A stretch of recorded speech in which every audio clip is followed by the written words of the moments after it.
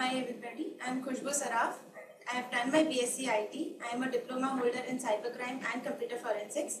Currently, I am a student at MIL Academy and my topic of discussion today would be steganography.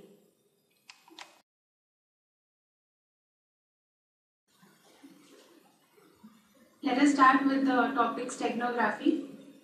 What is steganography? Steganography is a technique of hiding messages in a way that, except for the sender and the intended recipient, no one else can find out that a message is being passed. Now, often steganography and cryptography are being confused. People think steganography and cryptography are the same, but there is a major difference between cryptography and steganography. The difference being that in cryptography, it is obvious that a message is being passed. The recipient might not be able to interpret the message, but the recipient does know that a message is being passed. While in steganography, the fact that a message is being passed is itself not known to the recipient except for the intended person. So that is where steganography and cryptography are different. Next, what are the objectives of steganography? First objective is that we are trying to hide the message, which as well is done in cryptography. Major part here is in hiding the identity of the sender as well as the recipient. Since we don't know the message is being passed, you will not find out that who the sender is and who the receiver is. Next, steganography is also used for digital watermarking. Now, what is digital watermarking? It is a kind of engrossment which is done so that no one can copy the material. It is used to prevent frauds like copyright infringement. We'll just look at an example of digital watermarking. In this Word document, as we can see, the word PRISM, that is a digital watermark in the document. So even if anyone takes a printout of this document and does a Xerox of it, it cannot remove the word PRISM from it. So any other person other than the PRISM students or the PRISM people, anyone who uses it would be liable for copyright infringement. So this is an important implementation of steganography. Next, what are the limitations of steganography? The first limitation is it is often difficult to find out where to look for a steganographic content. If two images are being emailed to someone, you really cannot say which image contains a steganography. Next, steganographic communication requires a shared secret, which in most cases is a cryptographic key. So what happens when a person sends a steganographic material to someone, there is a shared key which should be known to the sender as well as the intended recipient. Communicating that shared secret itself is a big issue in steganography. Modern steganography is also limited to the cover used. This means that if I am using an image as a steganography, then the limitation here is that if public images are being used, then it is highly possible that it will be detected due to the difference in the slight difference in steganographic image and the original image. So one solution to this would be using custom-made images. Using that, we can do steganography, but another limitation would be that you cannot create n number of custom-made images, which is again a limitation to steganography. Also, steganography is susceptible to multiple attacks. Now, the most secure way of communicating in today's world is using cryptography and steganography both.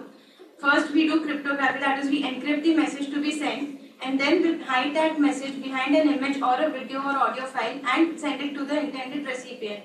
So, that is the most secure way of communication as of now. Now, there are many steganographic techniques. In ancient techniques, we have wax tables, invisible ink, null ciphers, and microdots. Whereas modern techniques include hiding the message behind an image or an audio or video. We will not be going into the details of each of them. To show you a small demo of steganography, we'll consider a message which is being hidden behind an image file using the STools application. STools is a steganographic application using which you can hide messages behind an image file. So how to do that is what we'll see ahead. The first step is we just open the STools application as seen. Next, we drag the image into the STools application. Once we drag the image, we'll see the screen. After this, we have to drag the message to the image in the XTools application, the message which has to be hidden. So once we drag the message, the next screen would be this, where it will ask you for a passphrase. Passphrase can be thought of as a password to access the file. So we enter some password, and we have to enter the encryption algorithm. By default, the encryption algorithm would be IDEA, but we can use any algorithm as specified in the application. After this is done, we have to enter the passphrase, and after that is done, we'll see two images. One is the original image, and one is the steganographic image behind which the message is hidden. Now, as we can see, there is not much difference between the original and the steganographic image. So, any normal individual would not be able to find out the difference between the two.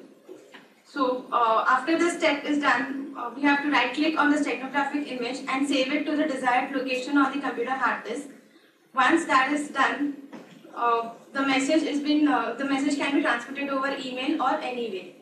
Now, the next would be how to reveal a message, a steganographic message. So, for that, we click the steganographic image and we drag it into the XTools application as we did earlier.